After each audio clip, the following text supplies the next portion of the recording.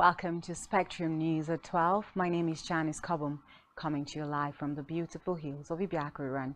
Let's take a look at the headlines. Federal government says no immediate solution to aviation crisis. NLC warns of 3-day national warning strike if federal government fails to act. Plus, French President Macron in Cotonou for a business visit. We will bring you details of these stories and more in a moment.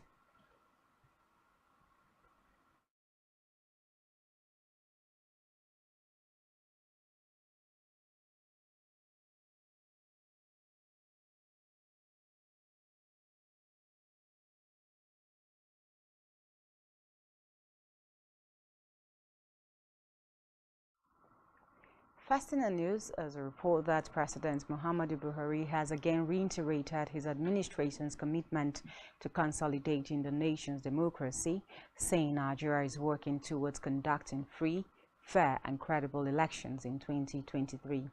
Buhari stated this in Liberia as he joined other world leaders to attend the 175th independence anniversary of the West African nation. The Nigerian leader called on his West African colleagues to do all within their powers to ensure that elections are conducted in their countries in an atmosphere of trust, freedom and transparency, as this is the only way the sub-region can be insulated from the scourge of unconstitutional takeovers that reared its head in 3 countries recently. Buhari commended his Liberian counterpart, Dr. George Weah, for his demonstration of love for the country and the pursuance of peace, unity and progress as evidenced by people-oriented projects executed with the sole purpose of taking the country to greater heights within the limited resources available. While urging the Liberian leader to do more, he assured him of Nigeria's continued support. The president of Liberia, Dr. George Weah, in response thanked President Buhari and other West African leaders for their attendance and support. In the meantime, President Muhammadu Buhari has urged the Senate to screen and confirm 19 nominees for appointment as resident electoral commissioners (RECs) of the Independent National Electoral Commission (INEC). Senate President Lawan read President Buhari's letter of request at plenary, noting that the President's request was in accordance with the provision of Section 154, subsection 1 of the 1999 Constitution of the Federal Republic of Nigeria as amended. He explained that 5 of the nominated RECs are for renewal of appointments, while the other 14 are fresh engagements. President Buhari also urged the Senate to confirm Justice Olukayode Ariwola for appointment as the substantive Chief Justice of Nigeria, CJN. In another development, the federal government has declared that there are no immediate solutions to the current crisis rocking Nigeria's aviation sector as a cause of the major challenges in the industry as a global issue. Recall that domestic airlines in Nigeria have been faced with a steep challenge posed by the hike in the price of aviation fuel, popularly called Jet A1. This has also warranted an increase in airfares by airlines that could manage to get the commodity, while others that could not survive the situation have temporarily suspended operations. The President, Airline Operators of Nigeria, AON, Abdul Manaf Sarina, said the aviation fuel crisis began from 180 naira per litre but had now jumped to 1,000 naira per litre, adding that assessing forex crisis was a huge burden on the industry. And reacting to the crisis in the sector at a meeting with officials of the Airline Operators of Nigeria in Abuja, the Minister of Aviation, Hadi Sirika, noted that the government was aware of the challenges but noted that there was no immediate solution to the concerns. The minister said he would meet with relevant stakeholders, including the Central Bank of Nigeria, so that the airlines could access forex at the official rate rather than the black market price.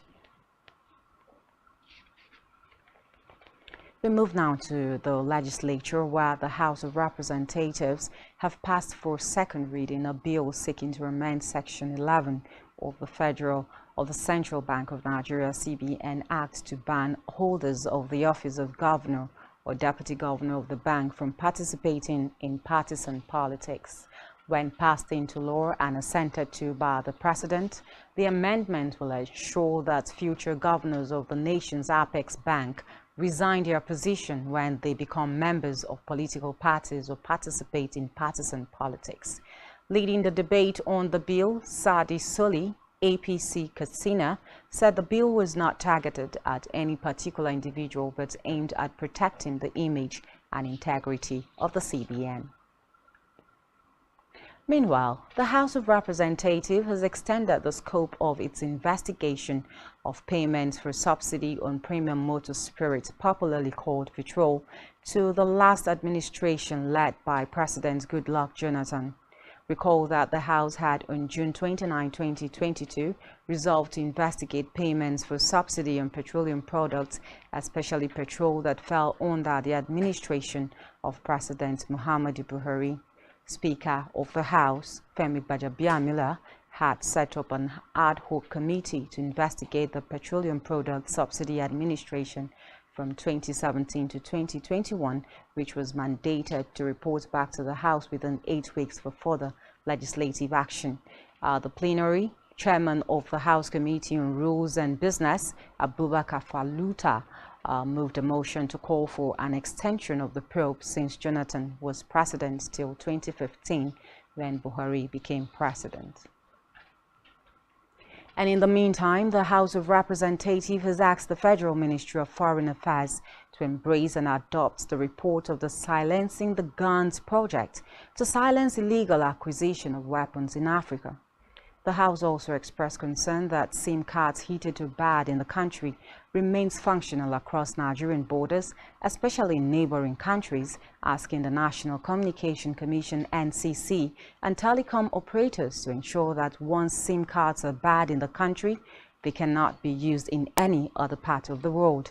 Adopting a motion on notice brought by Ahmed Muni, APC Kaduna, the House also asked relevant ministries, departments and agencies, MDAs, to key into the roadmap, urging the Office of the National Security Advisor to fully adopt the report and pass it down to other relevant security agencies. And moving away from that, members of the People's Democratic Party, PDP, Senate caucus have met with the party's presidential and vice presidential candidates, Atiku Abubakar and Governor Ifeanyi Okowa, as part of efforts to reconcile aggrieved party members ahead of the 2023 general elections. PDP chieftains such as Nyesom Wike are believed to be unhappy about recent developments in the party. Recall that Wike lost the party's presidential ticket to Atiku and was also passed over for the vice presidency candidate slots. Meanwhile, another eminent top stakeholder, Governor Samuel Ortom of Benue State, has questioned the way Wike has been treated, saying he should have been properly consulted on the decision of Okowa as the party's vice presidential candidate. However, Atiku has vowed to reunite the party ahead of the elections. And the Christian Association of Nigeria (CAN) has named the Most Reverend Daniel Oko as the new president. The announcement is contained in a statement made available to journalists in Abuja by the CAN General Secretary Joseph Daramola. Oko is the General Superintendent of Christ Holy Church, also called Nation Builders Odozi Obodo. Meanwhile, the umbrella Christian body in Nigeria is scheduled to hold its General Assembly today, July 27, which will mark the end of the tenure of His Eminence Samson Olusopo, Ayokunle, and other members of the national executives in his team and usher the new administration. The outgoing CAN president thanked all Nigerians for their support and prayers, which he said led to his successful tenure. On developments on the ongoing ASUU strike, the Nigerian Labour Congress (NLC) has asked the federal government to brace up for a 3-day nationwide strike across all sectors if the crisis in the nation's public universities is left unresolved. NLC President Ayuba Waba gave the warning amid the protest by members of the union across the country. The NLC president said the protest is to show NLC's concern and to also call for urgent action to resolve the issue, adding that the next level should be the federal government continue on its path will be a 3-day national warning strike. We are optimistic that three levels of decision. Okay. First is the protest, which is going to be national. Okay. After the protest is 3 days national warning strike. If it fails, then we'll go perpetual. That is the decision of our National Executive Council. And therefore, I think what will even be very helpful is for them to look at the timeline that we have set for those issues to be sorted out. Already out of even 2 weeks, they proposed, 1 week have gone. And I've not seen anything on the table to try to resolve the issue. We are optimistic that they should be willing this time around because we are also willing to get our children back to school. We have taken three levels of decision.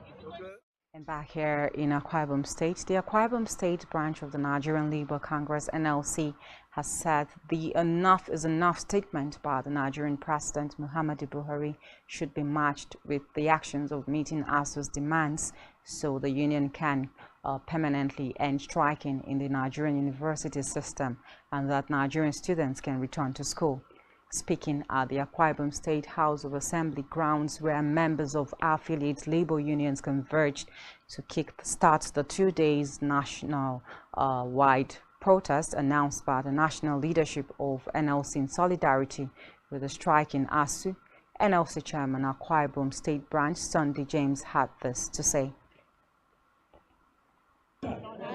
Comrade, we are here to tell the House of Assembly that our children cannot continue to be at home.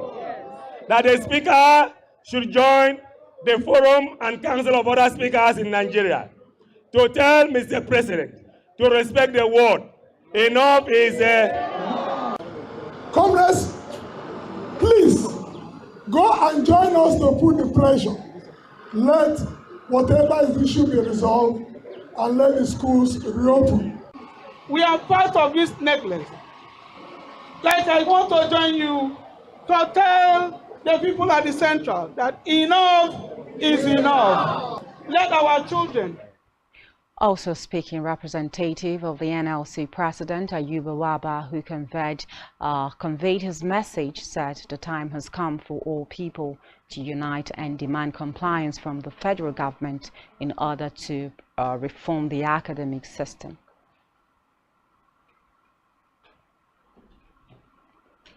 And reacting to the protesting unions, the Speaker of the Akwa Ibom State House of Assembly, Nyekan Bassi, who was represented by the Deputy Speaker, Felicia Bassi, said the House will join its position with others in the interest of the people. And we move now to Africa, where a new Tunisian constitution has been approved by 96.4% of participants in a referendum with 30.5% turnout. The head of the Independent High Electoral Commission announced on Tuesday. Reports say although most of sides' rivals had called for a boycott and turnout was low, it was higher than the single figures many had expected. Monday's vote came a year to the day after the president sacked the government and suspended parliament in a dramatic blow to the only democracy to have emerged from the 2011 Arab Spring uprising.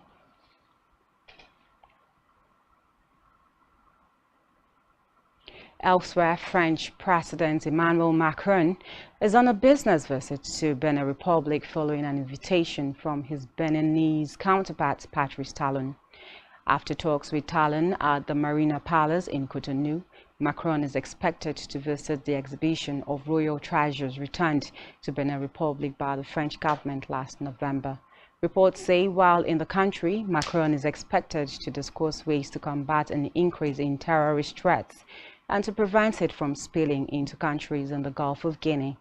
Meanwhile, French opposition and majority of members of parliament, MPs, has urged the head of state to put pressure on President Patrice Talon on the issue of human rights during his trip to Cotonou today, 27 July.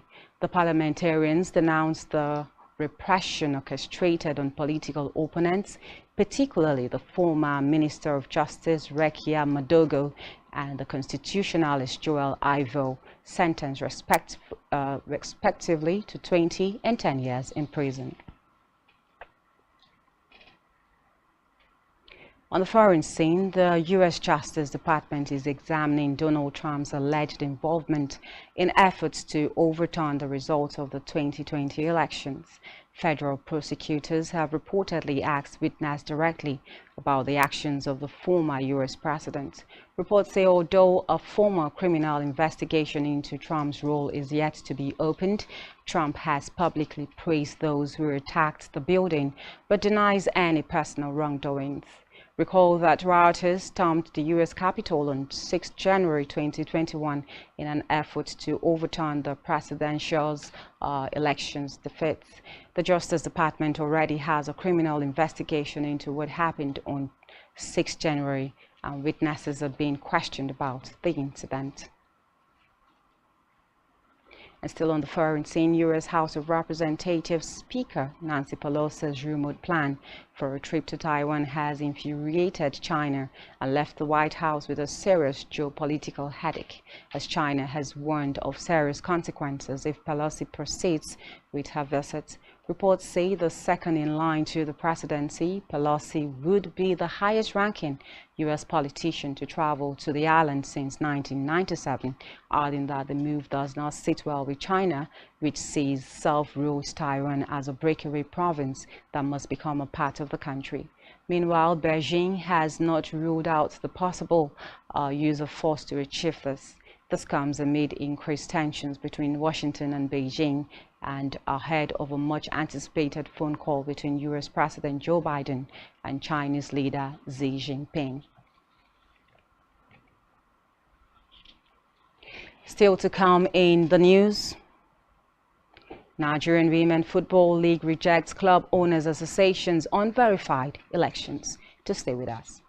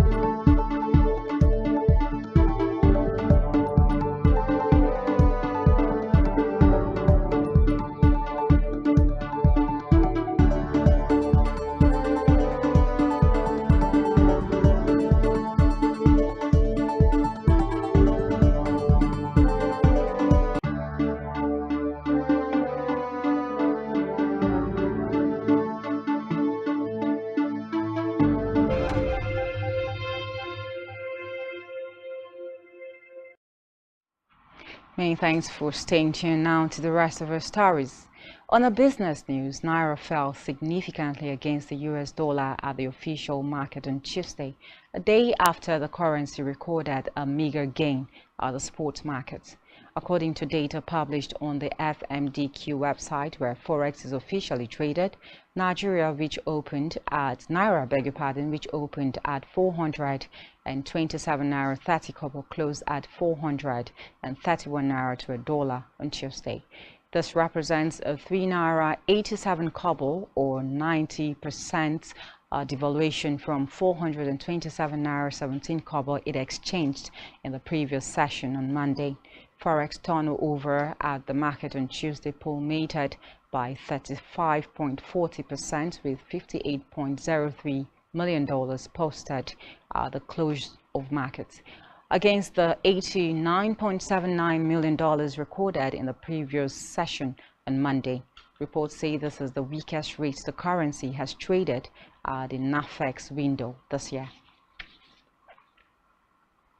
Meanwhile, the International Monetary Fund (IMF) has retained projected economic growth of 3.54% for Nigeria in 2022. The Washington-based institution disclosed this in its World Economic Outlook for July 2022. It explained that the outlook for countries in the Middle East and Central Asia and Sub-Saharan Africa, such as Nigeria, remains unchanged or positive due to elevated fossil fuel and metal prices for some commodities exporting countries. IMF, however, projected that global economy would slow further to 3.2% in the year and 2.9% in 2023.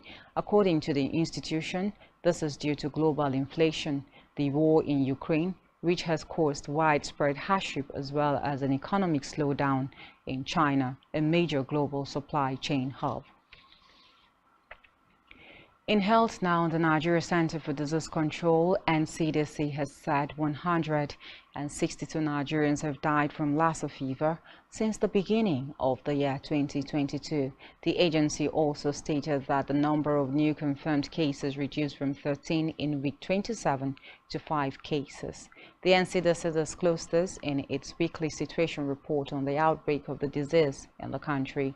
Data from the latest situation report for week 28, which covered July 11 to 17, 2022, revealed that there are 5,756 suspected cases of the infection across 99 local government areas in 24 states.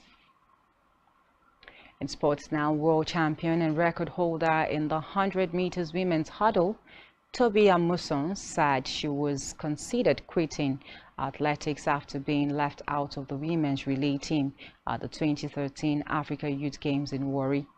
The champion said her disappointment turned blessing after some coaches advised her to switch to the less attractive hurdles event, where she went on to become the world champion after several attempts.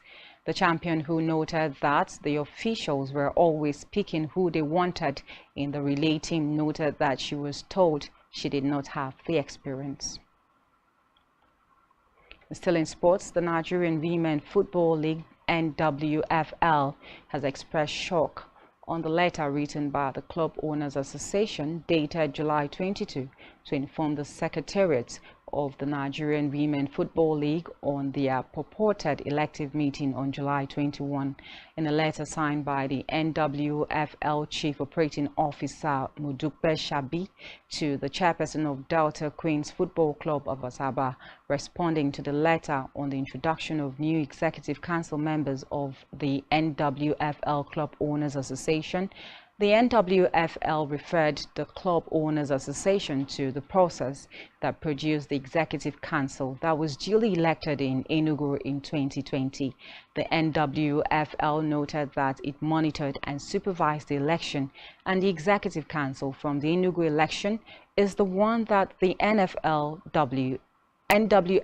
recognizes until the due process of conducting a proper election is followed, and the NWFL notified to monitor the process.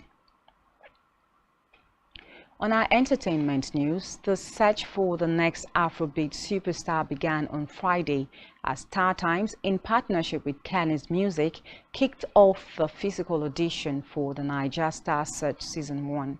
The talent hunt show, which focuses solely on Afrobeat, has music label executive Kenny Keke Ogungbe, Idi Kabasa, and Nyanya as judges. Ogungbe said the audition judges would be looking out for authenticity, potential, originality, and street credibility among the talents who will finally be selected for the show. He added that about 10 finalists from the show would be groomed by Kenny's Music label and given a platform to turn their raw talents into superstars. And still on entertainment, the Headies Academy has announced the withdrawal of the 2 nominations awarded to rising Afrobeat acts Portable. The announcement was made on Tuesday, 26 July 2022 via the Headies social media platforms. The Headies Academy's decision was necessitated by Portable's recent running of the law, where he claimed he is the founder of the deadly 1 Million Boys gang which terrorized Lagos citizens during the lockdown.